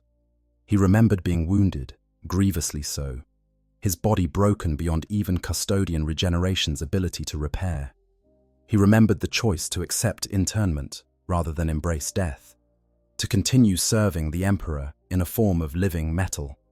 But after that, memories became confused and inconsistent. There had been a mission, something important enough to require a Custodian Dreadnought's attention. A ship? A fleet? The details refused to come into focus, slipping away like water through his fingers when he tried to grasp them. He remembered combat, the familiar surge of battle fury that came with unleashing the Galatus Warblade against the Emperor's enemies. He remembered victory, but also something else. A catastrophe, a failure. The memories were there but locked away behind damaged neural pathways that even now struggled to reconnect. His last clear memory was of entering some kind of stasis, systems winding down into hibernation mode. It had been a planned shutdown, he was certain of that, a temporary measure to conserve power during what he had thought would be a brief period of inactivity. How long had he been asleep? His chronometers provided an answer that his mind initially refused to accept. According to the internal clocks, which had continued tracking time even during hibernation, he had been in stasis for more than 10,000 years. 10,000 years. The number was incomprehensible, even to a mind that could process tactical data at superhuman speeds. When he had entered stasis, the Imperium had been in the throes of the heresy, fighting for survival against traitor legions and the forces of chaos. What had happened in the intervening millennia? Had the Emperor survived? Had terror stood? The uncertainty gnawed at him, more painful than any physical wound. But immediate concerns took priority over historical questions. His sensors were providing data that made no sense in any context he could understand. He was in a chamber, that much was clear, but it bore no resemblance to any imperial structure he had ever encountered. The architecture was alien, walls and ceiling configured in ways that violated basic human design principles. The materials were wrong too, metal of a type he couldn't identify, inscribed with symbols that his extensive cultural database failed to recognize. The lighting was wrong, a sickly green phosphorescence rather than the warm yellow of imperial lumens or the harsh white of void ship illumination. And the entities surrounding him. His sensors catalogued them as living beings of a sort, bipedal, roughly humanoid, but constructed entirely of metal. Their movements were smooth and precise in a way that suggested advanced robotics rather than natural biology. Their forms incorporated design elements that spoke of sophisticated engineering, every curve and joint optimized for maximum efficiency. But there was something deeply wrong about them, and wrongness that went beyond mere unfamiliarity. They felt ancient in a way that even Valorian, with 10,000 years of existence behind him, could recognize. His threat assessment subroutines flagged all contacts as potentially hostile.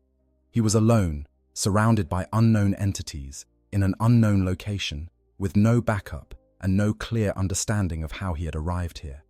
Every instinct screamed at him to activate weapon systems and fight his way free, to trust in the Emperor's blessing and the strength of Auramite armor, to see him through whatever challenge this represented. But his training, drilled into him over centuries of service, demanded a more measured response. Valorian forced his consciousness into the cold clarity of tactical assessment. His power reserves stood at 73%, sufficient for several hours of sustained combat if necessary. All weapon systems reported green status. The Galatus Warblade's power field was stable. The Infernus incinerators showed full fuel reserves, and the Presidium shield's energy projectors were functioning within parameters. His armor had suffered minor degradation during the long hibernation. Some self-repair systems had failed and would require maintenance, but he remained combat effective by any reasonable standard. The entities surrounding him, he counted 23 in his immediate visual range, were armed but had not yet engaged. They maintained weapons discipline, keeping their strange rifles trained on him, but not firing. This suggested either remarkable restraint or some purpose beyond simple destruction. The chamber's layout and design indicated preparation. This was not a chance encounter, but rather a deliberate arrangement. Someone or something had brought him here intentionally. One entity stood apart from the others, smaller in stature, but carrying itself with an authority that the others deferred to. This one approached slowly, its movements calculated not to provoke a defensive response. Its optical sensors, glowing with that disturbing green light, focused on Valorian with clear intelligence behind them. When it spoke, the sound was entirely wrong, a modulated electronic tone that bore no resemblance to human speech, but his translation subroutines detected structure and meaning in the alien sounds. Unknown artifact, you have demonstrated consciousness and apparent intelligence. I am Cryptek Zandrek of the Charnavok dynasty. You have been discovered within our tomb world. Explain your presence and your purpose. Valorian's processors worked to pass the statement, cross-referencing the unfamiliar terms against his extensive database. Cryptek was unknown, potentially a rank or title. Charnavok dynasty was similarly unfamiliar, though the term dynasty suggested some form of hereditary rulership. Tomb world was self-explanatory, but raised disturbing questions about what kind of civilization built planetary-scale burial chambers. But the most significant part of the statement was the assertion that Valorian was within their structure, that he had been discovered rather than captured. This suggested his presence was unexpected, which aligned with his own confusion about his current circumstances. It also suggested that these entities, whatever they were, had not deliberately brought him here, but had found him and were now trying to understand what they had discovered. Valorian made a decision that would shape everything that followed. He would respond, would attempt communication rather than immediately resorting to violence. This went against every instinct screaming in his enhanced mind. To parley with Xenos was anathema to everything the Imperium stood for. But his strategic training recognized that he was in an untenable position, outnumbered, in unfamiliar territory, with no intelligence about his enemy's capabilities or numbers. Communication might buy time to gather information, to understand what he faced before committing to a course of action that might prove fatal. He activated his external Vox speakers, systems that had not been used in millennia, creaking to life.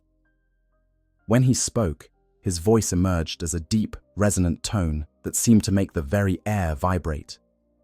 I am Hastus Valorian, shield captain of the Adeptus Custodes, servant of the Emperor of mankind. I do not understand the circumstances that brought me to this place, nor do I recognize your claim of authority over it. Identify your allegiance and state your intentions. The words came out in High Gothic, the formal language of the Imperium, but he transmitted them simultaneously through his translation matrix in multiple frequencies and encoding schemes, hoping that one might prove comprehensible to his unknown contacts. The alien entity, Zahandrek, paused for a moment, its processors clearly working through the response. The other armed entities showed no change in their stance, weapons still trained but not firing. When Zahandrek responded, it was with what might have been curiosity in an organic being, but in this entity manifested as increased scanning activity and altered vocal harmonics. Adeptus Custodes, Emperor. These terms are unfamiliar to our records. You claim service to a sovereign, but we detect no accompanying forces, no fleet in orbit, no support structure. Are you a lone warrior, or do you represent a larger organization? The question revealed something important. These entities did not recognize the Imperium or the Emperor. That suggested either that they were from some isolated corner of the galaxy that had never encountered humanity, or the alternative was too disturbing to contemplate. What if 10,000 years had brought changes so fundamental that the Imperium itself had transformed into something he would no longer recognize? What if the Emperor's domain had fallen, and these entities now ruled where humanity had once stood? I represent the Imperium of Man, Valorian stated, his voice carrying the absolute certainty that only a custodian could muster. Our domain spans the galaxy, and our authority derives from the master of mankind himself. The fact that you do not recognize us suggests either profound isolation or willful ignorance. I ask again, state your allegiance and your intentions toward me. Zahandrek's optical sensors flickered through several wavelengths, a gesture that Valorian's limited xenological knowledge could not interpret. The Charnavok dynasty acknowledges no authority but our own. We are Necrons, rightful inheritors of the galaxy, returned from the Great Sleep to reclaim what was stolen from us 60 million years ago. Your presence in our tomb is an anomaly we seek to understand, not a cause for conflict, unless you make it so. 60 million years. The number struck Valorian like a physical blow.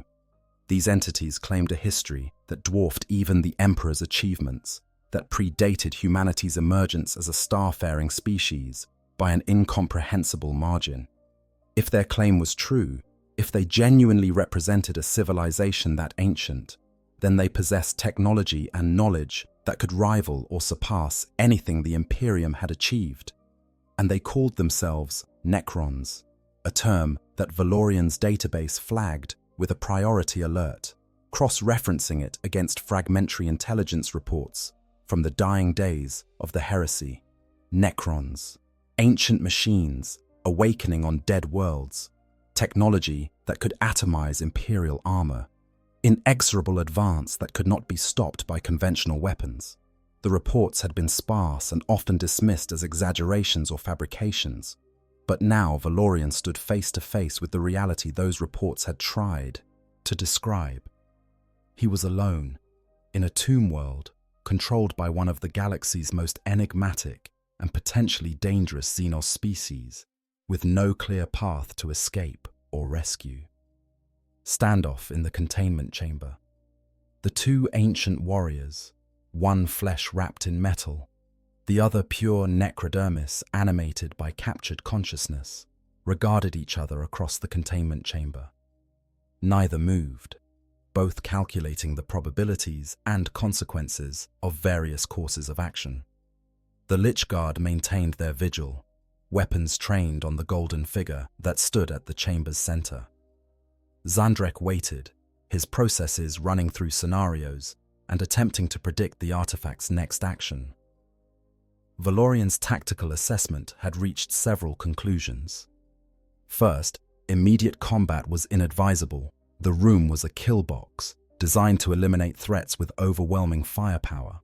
The weapon emplacements on the ceiling alone could probably reduce him to slag within seconds, and that was before accounting for the infantry forces arrayed around him. Second, escape was unlikely. He had no knowledge of the tomb's layout, no understanding of how far underground he might be, and no guarantee that he could fight his way to the surface even if he knew the route. Third, and perhaps most importantly, these Necrons had not yet attempted to destroy him despite having ample opportunity to do so.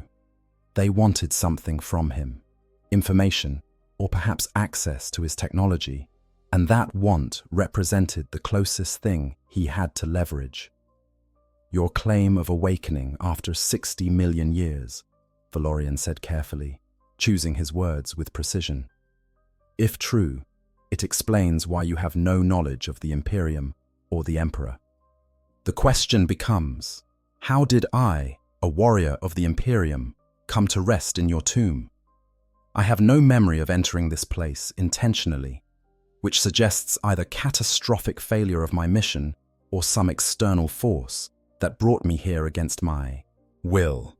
Zandrek processed this response with what might have been approval in a being capable of such emotion. A rational analysis. We too have questioned the mechanism of your arrival. Our records show no indication of your presence until recently, when a routine scan detected your energy signature. You were located in a maintenance shaft that has received minimal oversight for several million years, situated between power conduits in a configuration that suggests accidental placement rather than deliberate storage. Several million years, Valorian repeated, the implication sinking in. You're suggesting I may have been present in your tomb for that long? It is one possibility, Zandrek confirmed. Your power systems show signs of extended operation, and your armor displays wear patterns consistent with great age.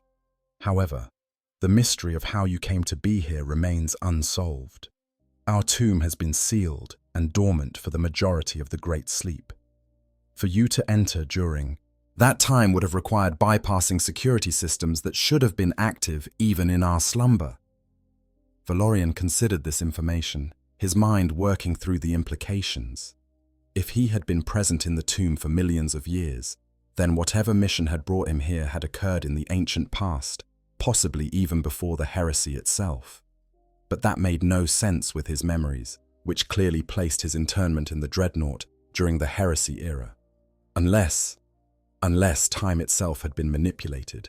Warp storms that could age a ship centuries in subjective seconds. Temporal anomalies that could hurl travelers forward or backward through the time stream. The warp, Valorian said, the word carrying weight beyond its simple meaning. Your kind may not be familiar with it, but humans navigate the galaxy through a dimension where the normal laws of physics do not apply. Time flows differently there, sometimes catastrophically so. It is possible that my vessel encountered a warp storm that displaced it temporarily, throwing us into the deep past. This explanation seemed to resonate with Zandrek, whose optical sensors brightened with increased processing activity. We are indeed familiar with the Imperium, though we call it by different names and do not navigate through it as you describe. During the war in heaven, our enemies used the warp as a weapon, and we witnessed the chaos it could unleash. Your explanation has merit. It accounts for how an artifact from an unknown future civilization might appear in our tombs past. The acknowledgement of possibility did not quite constitute agreement, but it represented progress toward mutual understanding. Both Warrior and Cryptek recognized they were dealing with a mystery that neither fully comprehended, and that solutions would require cooperation rather than conflict. It was a fragile détente, held together by rational calculation rather than trust, but it was a foundation upon which further discussion could build. If your explanation is correct, Zandrek continued, then you represent a source of significant intelligence about the galaxy as it has evolved during our slumber. The Imperium of Man you serve, does it span significant territory? Does it represent a major galactic power? Valorian recognized the strategic nature of the question. Zandrek was assessing whether the Imperium posed a threat or opportunity to the awakening Necron dynasties. How he answered would shape the Necrons' perception of humanity and potentially influence their actions going forward. Too strong a claim, and they might see the Imperium as a threat to be eliminated. Too weak, and they might dismiss humanity as insignificant. The Imperium commands 1,000,000 worlds, Valorian stated, the pride of 10,000 years of service ringing in his synthesized voice. From holy terror, the Emperor guides humanity through the darkness, protecting us from threats both external and internal. We are the dominant force in the galaxy, though we face countless enemies on every front. Your awakening will add another variable to an already complex strategic situation. Zandrek absorbed this information with apparent interest. 1,000,000 worlds, impressive for an organic civilization, though it represents only a fraction of what the Necrons controlled at our height. Still, such an empire would be a formidable obstacle to any who sought to challenge it. The Cryptek paused, and when he spoke again, there was a note of what might have been respect in his electronic voice. You speak of your Emperor with devotion that transcends mere loyalty. He commands such dedication from warriors of your evident capability. The Emperor is the greatest being who has ever lived, Valorian responded without hesitation. He is the architect of humanity's ascension, the master of genecraft and warp lore, the father of the Primarchs, and the creator of the Adeptus Custodes. Every action I take, every battle I fight, is in service to his vision for humanity's future. To question that service would be to question the very purpose of my existence. To Zandrek, who had once sworn similar oaths to the Silent King before the biotransference, these words carried resonance that a less ancient being might have missed. Here was a warrior who defined himself entirely through his service, who had given up flesh and freedom to continue fighting for his master. It was, in its way, not so different from the choice the Necrontyr had made when they entered the furnaces and emerged as Necrons. Both had sacrificed something fundamental in exchange for power and the ability to continue serving a cause they believed transcended individual existence. Your dedication is comprehensible, Zandrek finally said, choosing his words with care. We too have made sacrifices in service to our rulers, have given up much in pursuit of victory over our enemies. Perhaps there is more commonality between our kinds than the vast gulf of years and evolution would suggest. Valorian processed this statement with wariness. To acknowledge commonality with Xenos was to walk a dangerous path, one that could lead to the kind of compromise that the Emperor had always warned against. And yet, standing in this alien tomb, surrounded by entities whose existence predated his entire species, he could not entirely dismiss the Cryptek's words. Both Custodian and Necron were warriors who had chosen continued service over the peace of death, who existed now as hybrids of flesh and machine, bound by duty that transcended normal mortality. Perhaps, Valorian conceded carefully, but common ground does not equate to common cause. The Imperium and your dynasties are likely to find themselves in conflict as you expand from your tomb worlds. Humanity will not yield the galaxy to Xenos, regardless of your claims of ancient inheritance. Nor would we expect you to, Zandrek replied with what might have been amusement. Conflict is the natural state of the galaxy, has been since the war in heaven, and shall be until the stars themselves grow cold. But conflict does not necessarily mean total war. Accommodations can be made, temporary alliances formed when interests align, knowledge shared when both parties benefit. The cryptek gestured with one metallic hand, a surprisingly human motion. Consider our current situation. You seek escape from this tomb, return to your Imperium and your Emperor's service. We seek knowledge about the galaxy as it now exists, intelligence that will guide our strategic planning as we expand our influence. These goals are not inherently contradictory. An exchange might be arranged, your release in return for information about the current state of the galaxy. Valorian recognized the offer for what it was, a pragmatic proposal based on mutual benefit rather than any moral consideration. The Necrons would release him because keeping him would gain them nothing, while information about the Imperium's current status would prove valuable. In return, his escape would remove an unknown element from their tomb and eliminate any risk he might pose to their plans. It was cold calculation, but no more so than decisions Valorian himself had made on countless battlefields. But there were complications. Even if I agreed to such an exchange, Valorian said slowly, I cannot provide intelligence about the current state of the Imperium. As I told you, I entered hibernation during what my people call the Horus Heresy, a civil war that nearly destroyed us. That was 10,000 years ago by my chronometer. Whatever the Imperium has become in the intervening millennia, I have no knowledge of it. The information I could provide would be ancient history, likely of little strategic value. This admission clearly surprised Zandrek, whose optical sensors flickered rapidly as he processed the implications. 10,000 years of stasis? Even for technology as sophisticated as yours, that represents a remarkable achievement in life support systems maintenance. But you speak truth. Strategic intelligence 100 centuries out of date would indeed be of limited value. The cryptek fell silent for several moments, his processors working through this new complication. Finally, he spoke again. Nevertheless, historical knowledge has its own worth. The Imperium of 10,000 years ago was presumably closer to its founding, closer to the emperor you serve with such devotion. The political structures, military doctrines, technological capabilities you could describe would provide context for understanding how humanity has evolved. And perhaps in the telling, you might uncover details about your own arrival here that could prove enlightening to both our kinds. Valorian considered the proposal.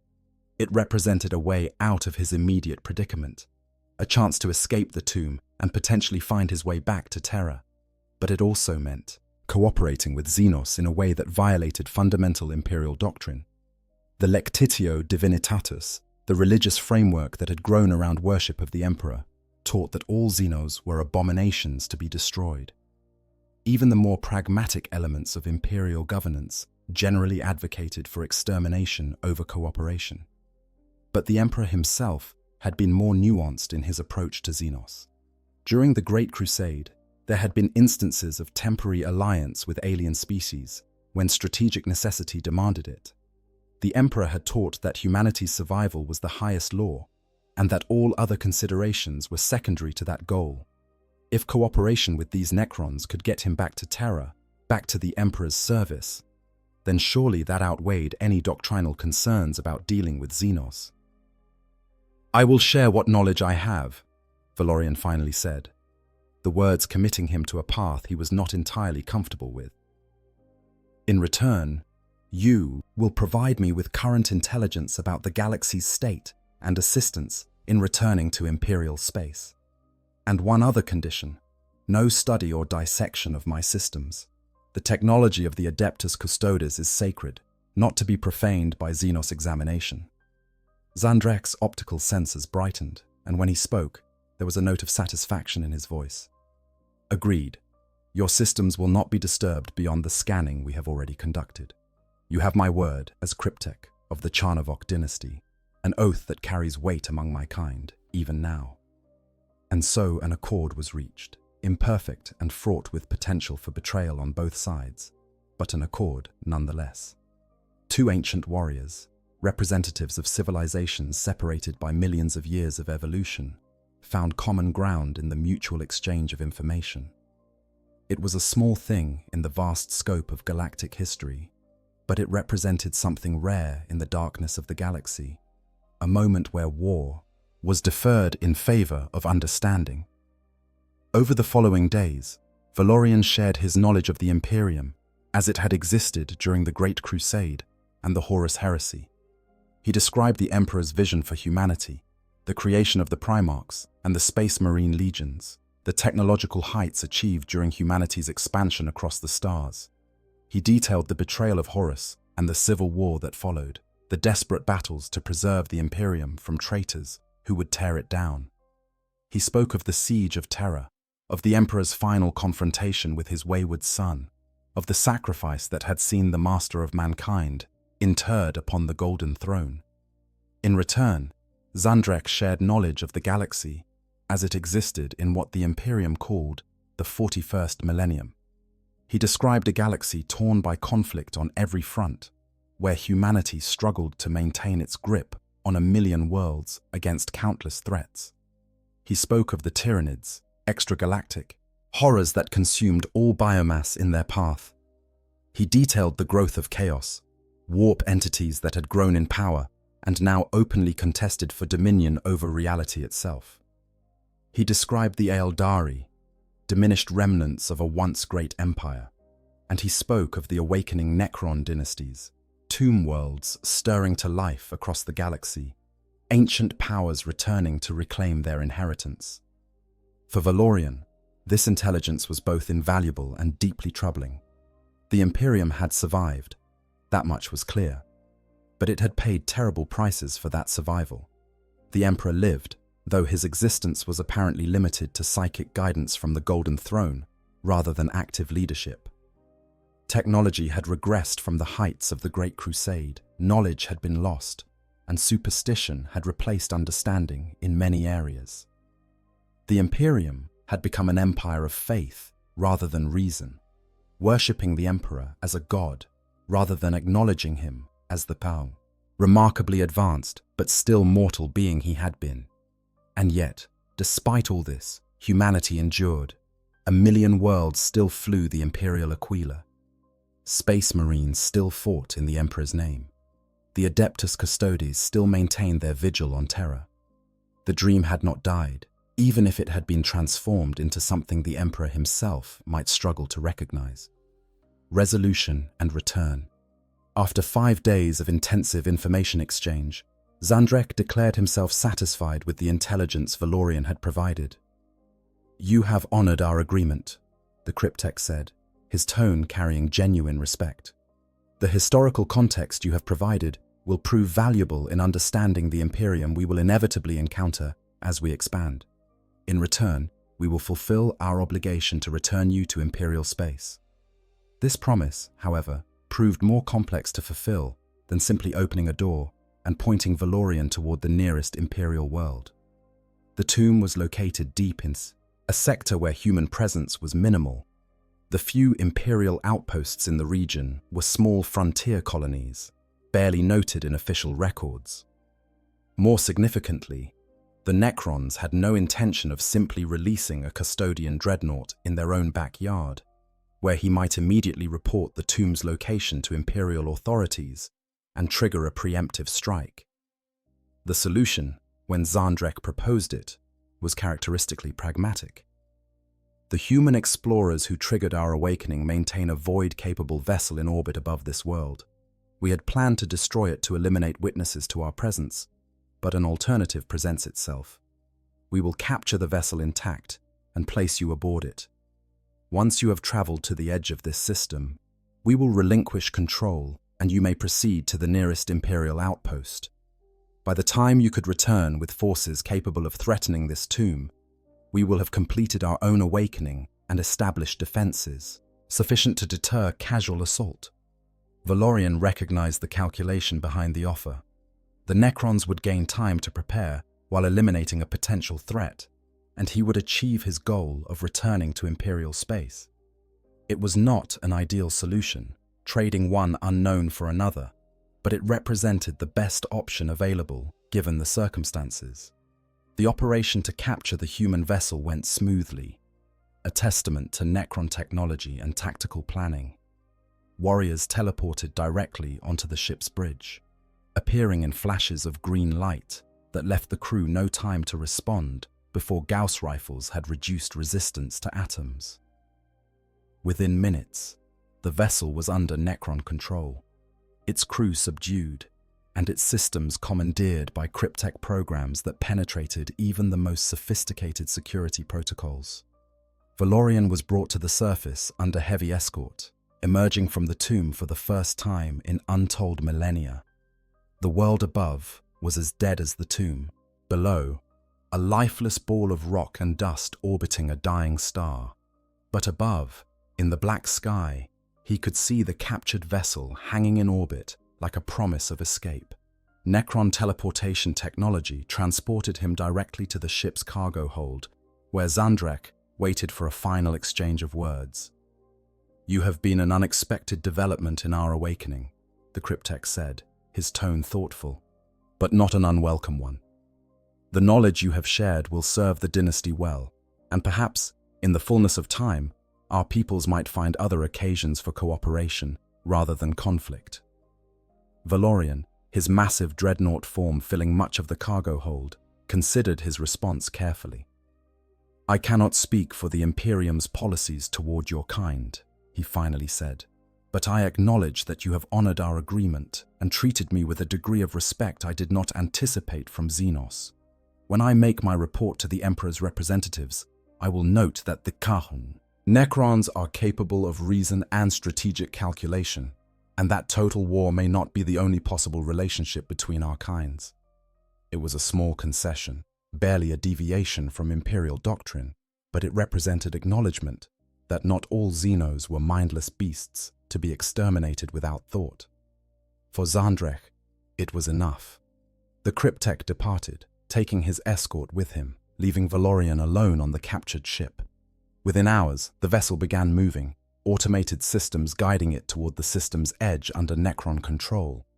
When it reached the designated coordinates, far enough from the tomb world that Valorian could not immediately return with Imperial forces, the Necron programs withdrew from the ship's systems, returning control to the vessel's rightful crew. The humans, freed from Necron domination, immediately panicked upon finding a Custodian Dreadnought in their cargo hold.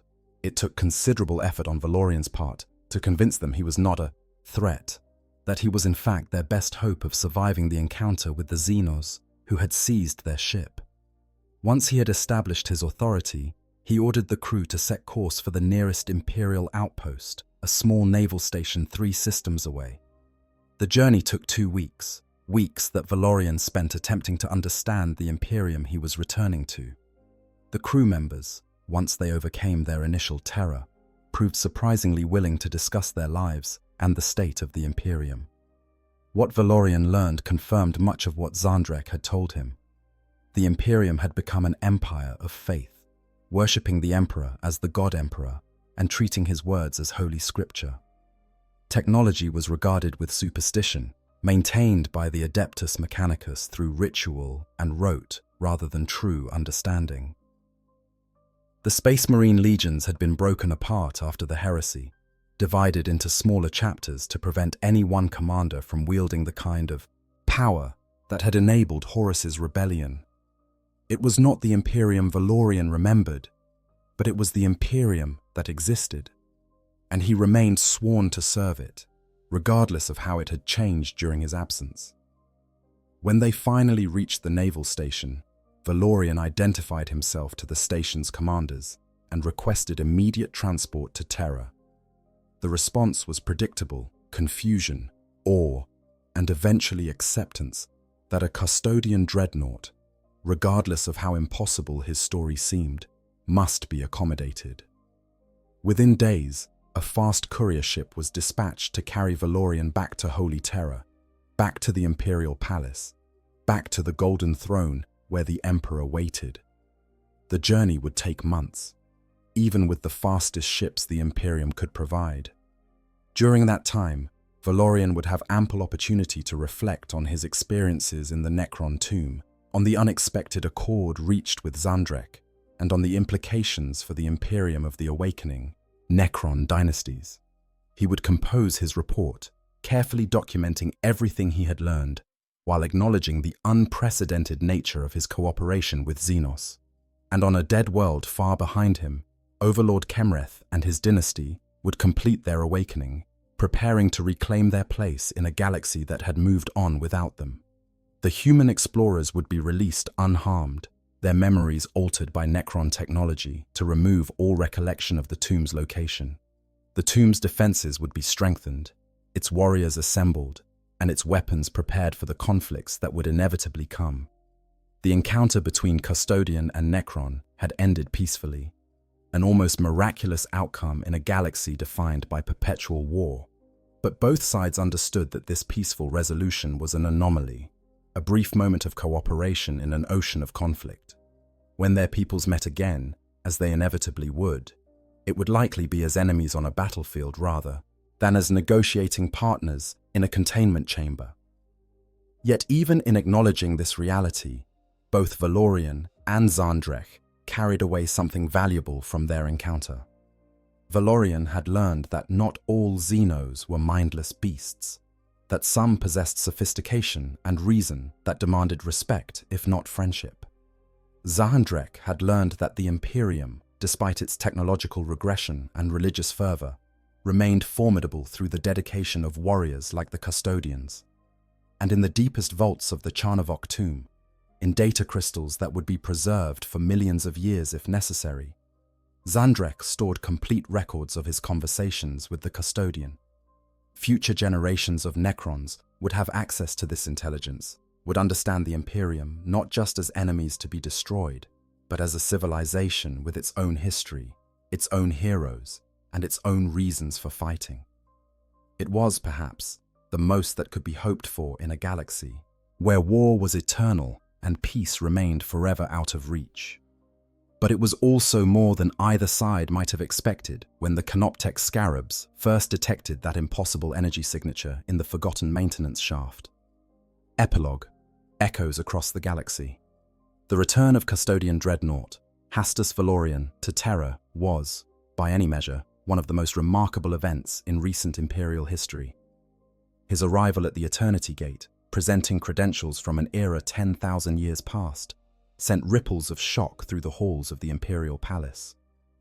The Adeptus Custodes, who maintained meticulous records of every fallen brother, found themselves confronting a legend returned from what should have been oblivion.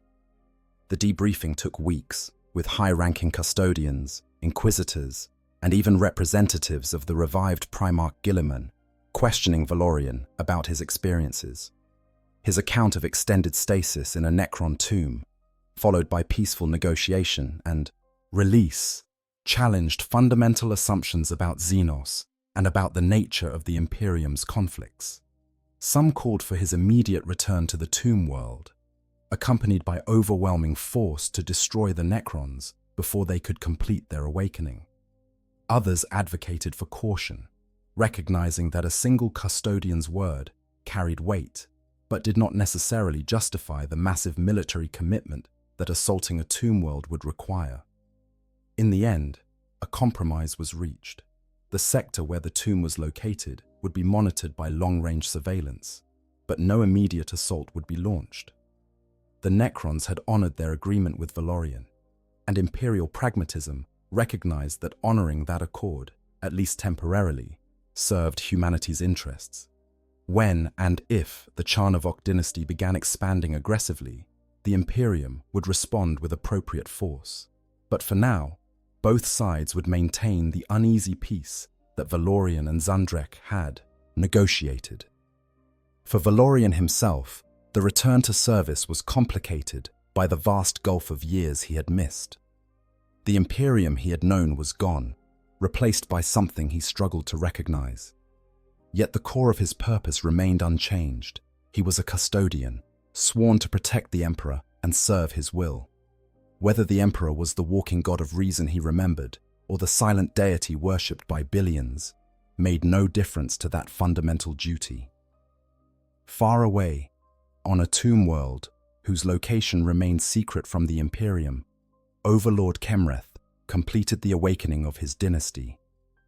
Warriors by the hundreds of thousands emerged from stasis, their necrodermis bodies gleaming with renewed purpose. The tomb's weapons were brought to full operational status, its defenses expanded and strengthened. And in the dynasty's strategic planning chambers, the intelligence provided by the Custodian was analyzed and integrated into battle plans that would guide the Necrons' expansion for years to come. Cryptek Zandrek was honored for his handling of the situation, praised for extracting valuable intelligence while avoiding unnecessary conflict. His report on the encounter became required reading for all Necron commanders awakening in the region, a case study in how to approach the unknown with analysis rather than automatic hostility. And across the galaxy, on countless other tomb worlds, similar awakenings were taking place. Some discovered their own anomalies, artifacts or entities that did not belong in ancient Necron crypts. Most destroyed these intrusions without hesitation, following protocols established 60 million years ago. But a very few, chose a different path. They remembered Zandrek's success, remembered that understanding an enemy could be as valuable as destroying them. The age of the awakening Necrons had begun, and with it came new complexities to the eternal wars that racked the galaxy. Not all encounters would end peacefully, far from it. Most meetings between Necron and Imperium would be marked by violence and death, by Gauss rifles atomizing power armor and bolt shells shattering necrodermis. But the precedent had been set. The possibility demonstrated that cooperation, however temporary and pragmatic, could serve both sides better than mindless conflict. Whether this possibility would be embraced or rejected by the broader forces of both civilizations remained to be seen. The galaxy was vast, and the wars fought across it followed patterns established over millions of years. One Custodian and one Cryptek, no matter how remarkable their encounter, could not single-handedly change the course of galactic history. But they had planted seeds of possibility, demonstrated that even in the grim darkness of the far future, where there is only war, moments of understanding could still occur. And in a galaxy starved for hope, even the smallest possibility could take root and grow into something greater than its creators ever imagined. If you found this deep dive into the lore fascinating, make sure to hit that like button and subscribe to the channel for more Warhammer 40k content. Drop a comment below telling me what you think would happen if more Custodians encountered awakening Necrons. Would they follow Valorian's example, or would they default to the Imperium's usual stance of purge the Xenos? Thanks for watching, and I'll see you in the next video. I hope you guys enjoyed the story. Make sure to hit the subscribe, like, share button, whatever you want. Give me some feedback if there's any, and yeah, sleep well.